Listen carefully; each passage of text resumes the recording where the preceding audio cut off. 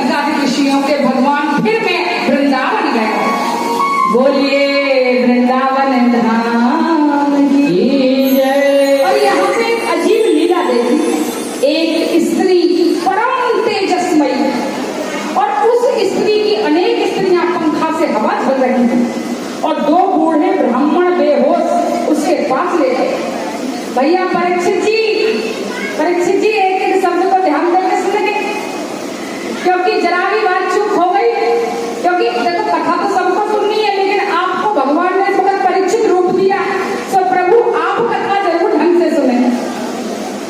तो भक्ति महारानी को अनेक स्त्रियां पंखा झल रही थी और भक्ति महारानी एक स्त्री के रूप में खड़ी थी। नारद जी ने ये दृश्य देखा तो आश्चर्यचकित हो गए और कहने लगे, देवी आप कौन? पहले तो मैं कुछ नहीं बोली, नारद जी चल दिए।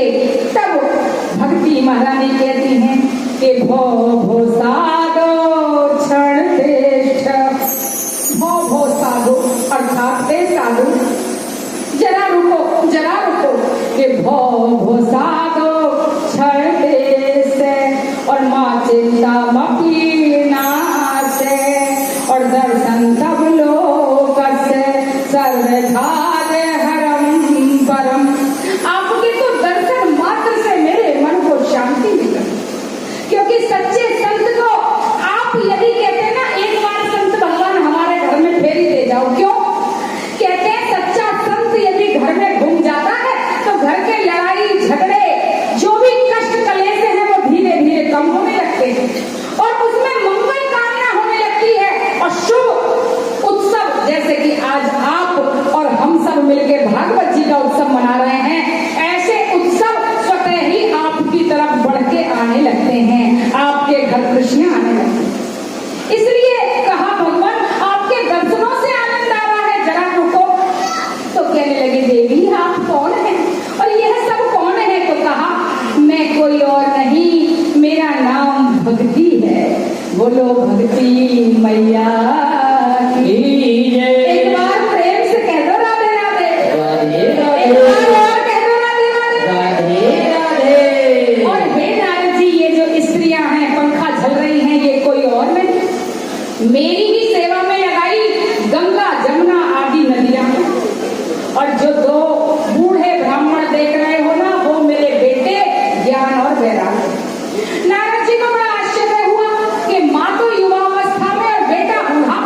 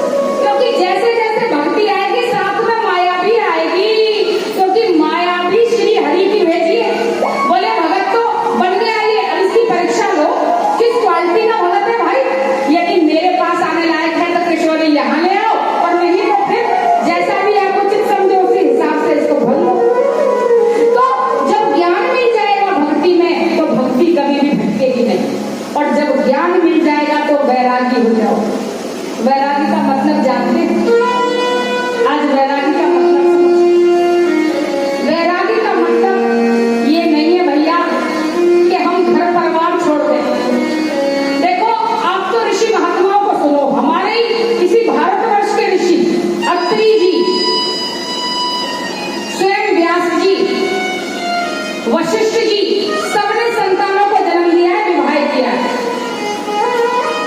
तो ग्रस्त में रहने का मतलब ये नहीं है कि हम संसार छोड़ दें।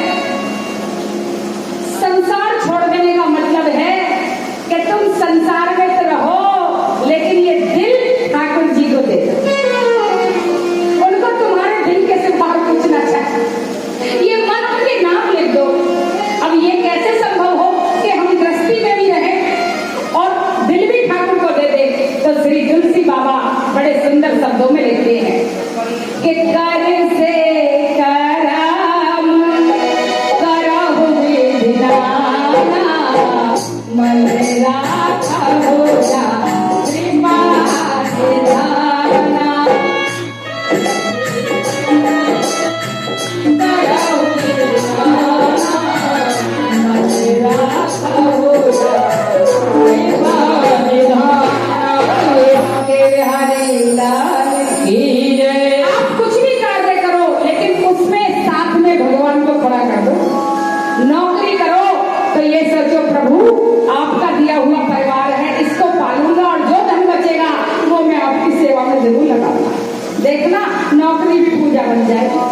घर में काम करो तो ये सोचो, झाड़ू भी लगाओ तो ये सोचो मेरे गोविंद रहते हैं यहाँ। किसी दिन घुटमन घुटमन यदि घूमन लगे और मेरे सरकार के पाँव में कोई कूड़ा करकट आ गया तो मेरे कन्हैया को चोट न लग जाए, तो आपकी झाड़ू भी पूजा बन जाएगी। भोजन बनाओ तो ये सोच के बनाओ मेरे गोविंद को भोग आज जब मेरा परिवार पाएगा तो उसके अंदर संस्कार आ जाएंगे। देखना वह रसोई में सेवा करना भी पूजा बन जाएगी। जब सासू माँ के चरण दबाओ, उनके मलमूत्र को बुढ़ापे में साफ करो तो ये सोच के करो मेरे गोविंद का एक रूप दरिद्र नारायण का है। आज मेरी बूढ़ी अम्मा लाचार हो गई है, मेरी भगवान बन गई है, आज ये गोविंद का रूप हो गई है। देखना सास की सेवा भी पूजा बन जाएगी। और तो और, अगर आपको कोई गाली दे दे ना और आपका दिल दुखा दे तो सह जाना। क्यों सह जाना? क्योंकि सबके अंदर भगवान है। न जाने गाली दे के आज न जाने प्रभु मेरा कैसा कल्याण चाह रहे हैं। देख लेना ये भाव आपको तार देगा। गाली वाले के पास गाली रह जाएंगी और आप परम संत बन के भगवान के श्री चरणों में बस जाओ। भगवान की भक्ति बड़े कहाना बड़ी सहज भी है और बड़ी दुर्लभ। चाहोगे तो पल पल भक्ति करोगे, और मैं चाहती भी यही हूँ भैया। मैं बरसाने से आई हूँ, आप सब जानते, और ब्रजवासी पे पूजा मैं नाम हमें ना पता कि कन्हैया को रिझाने कैसे है। बस इतना पता है कि गोविंद मेरो है, गोपाल मेरो है, गोविंद मेरो है, गोपाल मेरो है। ओ श्री महादेव बिहारी नंदलाल मेरो है, श्री महादेव बिहारी नंदलाल मेरो है। गोपाल मेरो है, गोपाल मेरो है, गोविंद मेरो है, गोपाल मेरो है। ये गोविंद अपनों कैसे हो? बस कथा सुनते रहो। एक संत ने बड़ा सुंदर कहा है, क्या वो कथा सुनते सुनते मुझे याद हो गया, पता भी ना चला जाने कब हो गया।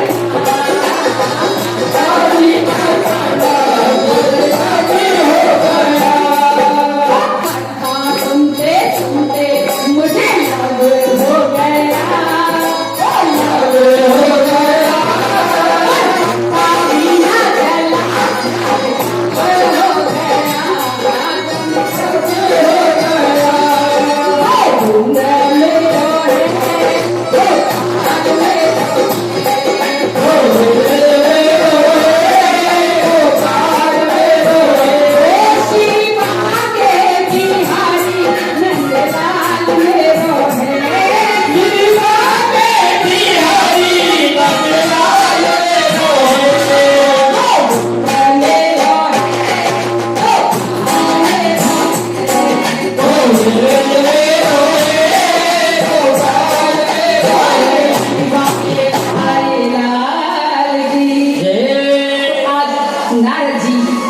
भक्ति महारानी से कहने लगे, हे माता, आप अपने स्वरूप को भूल के उदास हो रही हैं। अरे असली पोषण तो आप बैकुंठ में करती हैं, किंतु कलयुग में तो आपकी छाया ही डाल देती है। क्यों? क्योंकि लाख अवगुण गई पर कलयुग में एक गुण बड़ा अच्छा दिया है प्रभु ने। कौन सा? कि कलयुग केवल नाम आधारा, सुमरे सुमरे उदार अधिकारा। कलयुग केवल नाम आधारा, सुमरे सुमरे भक्ति महारानी को बहुत भक्तिमयी कथाएं सुनाने लगे, जिन्हें सुन के भक्ति महारानी और भी ज्यादा तेजमयी हो गई। कहा, और सुनाओ, कुछ ऐसी कथा और सुनाओ। तो बताने लगे, हे मैया, भगवान सहजता के रिश्ते। कैसी सहजता? देखो, मुझे भी एक कथा याद आ गई। एक ग्वाला था, भक्तमाल कथा का प्रसंग है। बोलिए भक्तमाल ग्रंथ की जय। श्री ग्वाल भक्त की कथा। यह ग्वाला भक्त इतना भोला, इतना भाला, इसके घर में कुछ नहीं था, बस पूर्वज 4 भैंस छोड़ के मरे। सीधा साधा, ना पढ़ा ना लिखा ना कुछ जाने, और उन भैंसों को लेके चराने चला जावे, और वहां दूर टीला पे एक दिन इसके कानों में एक स्वर सुनाई दिया कि कुछ साधु संत अपने प्यारे गोविंद को नाम ले रहे हैं, उनके नाम की चर्चा कर रहे हैं। तो बरबस हरि के नाम ने इस ग्वाल भक्त को खींच लिया, और यह जाके रोज रोज उन भैंसों को छोड़ देवे और उन संतों की सेवा में बैठ जावे और कथा कीर्तन सुने। सुनते सुनते मैंने कहा ना, सुन सुन कथा मुझे लब हो गया, और पता भी ना चला जाने कब हो। आज इस ग्वाल भक्त को भी भगवान के श्री चरणों से प्रेम हो गया, और ये ग्वाल भक्त ऐसा पागल हो गया कि सुबह छाछ पी के आता था बस, और मैया भोजन देती थी, वह भोजन को रोज एक रोटी खुद खावे और बाकी रोटी सब महात्मा को खिला दे। मैया को कहा पता कि ये अपनी रोटी भी उनको दे दे रहे। शाम को जाके भूखा प्यासा दिन भर धूप में घूमता और शाम को जाके भोजन खाता। एक दिन दिवाली का दिन आया, और मैया ने सोचा आज तो दिवाली पूजन में घर में पूरी कचौड़ी बनाई। तो उस ग्वाल भक्त ने कहा, माता, आज तक भूख ज्यादा लग रही है, थोड़ी ज्यादा कचौड़ी पूरी बांध दो। मैया ने सोची चलो पकवान है, ज्यादा भूख लगती होगी। उस मैया ने ज्यादा पूरी कचौड़ी बांध दी, और बंधुओं वह पूरी कचौड़ी लेके वहां तेज दौड़ा दौड़ा गया, और संत भगवान को प्रेम से कहा कि भगवान आज हमारा भोजन जीवो, आप रोज मेरे हाथ की रोटी खाते हो, आज इस पकवान को ग्रहण कर लो। संत भगवान ने देखा तो प्रसन्न हो गए, और बड़े प्रेम से ठाकुर का भोग लगाया, और भगवान का भोग वह प्रसाद सारे संत मिलजुल के खाने लगे, उस ग्वाले को भी खिलाने लगे। तभी अचानक इधर वह भैंस काफी दूर चलते चलते निकल गई, और उन भैंसों को एक चोर पकड़ के ले गया। अब जब ये आया, सारे में भैंस देखी, इसे कहीं भैंस न मिली। रोता हुआ आंखों के आंसू को पूछा, छिपाया, और माँ के पास आ गया। बंधुओं, उसके घर में ना तो जमीन थी, ना जायदाद, ना कोई और व्यापार। ये 4 भैंसों से ही दोनों माँ बेटों का गुजारा होता था। माँ ने पूछी, अरे बेटा, आज हमारी भैंस ना दिखाई दे रही? अरे मैया, कहाँ बताऊं, आ जाएंगी। अरे कहाँ गई है, कुछ बता तो सही। इसने सोचा यदि मैंने सच्चाई बता दी तो मैया संतों को बुरा भलो कहेगी, और संतों को बुरा भलो कहेगी, ये मेरे गोविंद को अच्छा नहीं लगेगा, क्योंकि संतों को भगवान सुन नहीं सके, और मेरे गोविंद का दिल दुखा तो मैं सह नहीं पाऊंगा।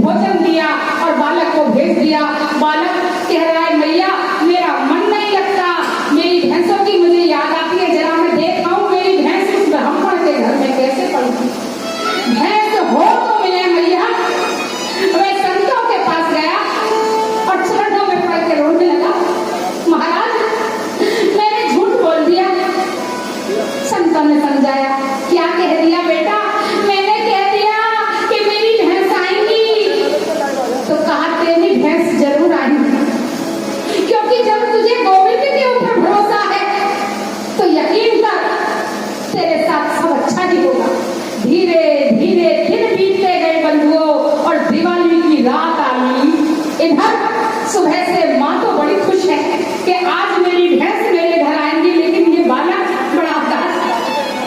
सीधे सुबह सुबह बोला, माँ मैं जरा देख के आऊं मेरी भैंस आज आ रही है कि ना, मैं जरा संत भगवान के दर्शन करूं। संतों के दर्शन किए, उधर से रोता हुआ आ रहा है और भगवान से कह रहा है, भगवान आज मेरी लज्जत दे दे। मेरी माँ को जब पता चलेगा कि 1 साल हो गई दिवाली की रात को तो स्वागत में भैंसों के, क्योंकि देखो उसकी तो लक्ष्मी वही है, वह स्वागत में दीप तैयार कर रही है कि जब भैंस आएंगी तो मैं दिए जलाऊंगी, भैंस आएंगी तो मैं लक्ष्मी जी को भोग लगाऊंगी, और अगर आज भैंस नहीं आएगी तब तक उसे संतों की बात याद आएगी कि जिन्हें गोविंद का सहारा है उन्हें घबराने की जरूरत नहीं। तो उसका दिल बरबस क्या कह उठा कि क्यों घबराऊं मैं, मेरा तो श्याम से नाता है। क्यों घबराऊं मैं, मेरा तो श्याम से नाता है।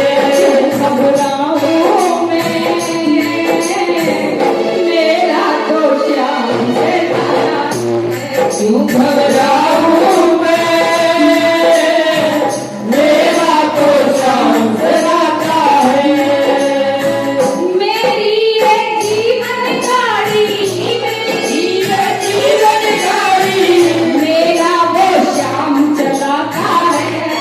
घबराऊं मैं, मेरा तो श्याम से नाता है। क्यों घबराऊं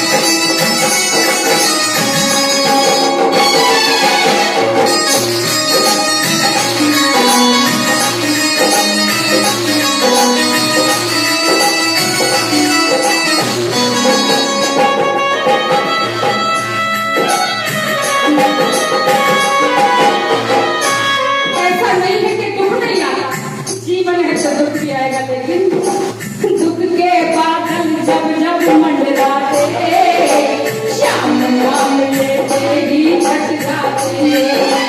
दुख के बादल जब जब मंडराते, श्याम नाम लेते ही छट जाते।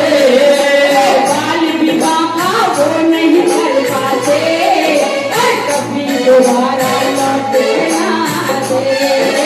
बाल विवाह का वो नहीं कर पाते, कभी दोबारा लौट के आते। ऐसा होता है क्योंकि संकट आने से पहले, संकट आने से पहले हम जाता है। मेरा तो श्याम रहता है, क्यों घबराऊं मैं? मेरा तो श्याम रहता है।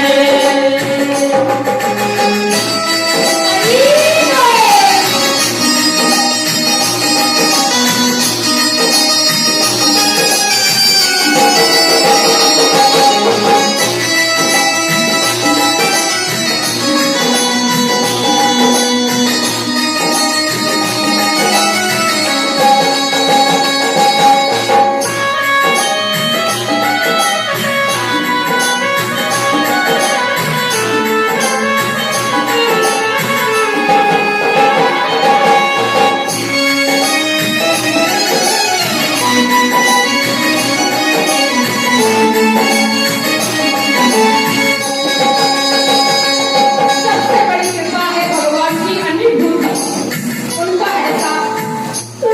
भगत ने सोच लिया भगवान आज भागवत करानी है। देखो यहाँ कई भगत तो ऐसे बैठे हैं जो हमारे साथ ही बद्रीनाथ, द्वारकापुरी, रामेश्वरम में कथा जाके, और जब भीड़ उठाया था ना, बड़ा डर लगता था कैसे होगी प्रभु, इतनी भीड़ को, इतनी 400 500 भगत, बूढ़ी माताएं साथ।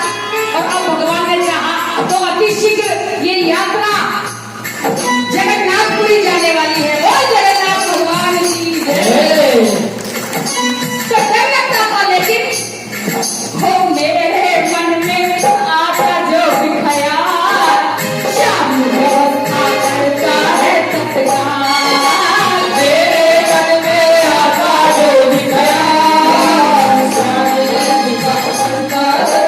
हाँ, मेरे मन में आता जो ख्याल, श्याम व्यवस्था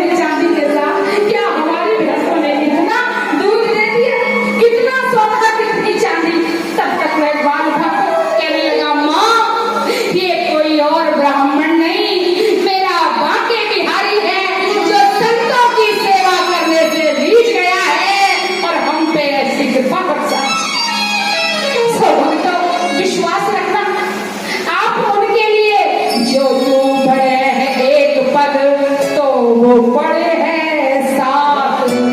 तेरा एक कदम यदि भक्ति में बढ़ेगा तो 7 कदम आगे बढ़ के तेरा हाथ मेरा गोविंद संभालेगा। तेरी लज्जा अपने आप तू चिंता छोड़ दे, क्योंकि वह माता भी है, वह पिता भी है, वह बंधु भी है, वह सखा भी है।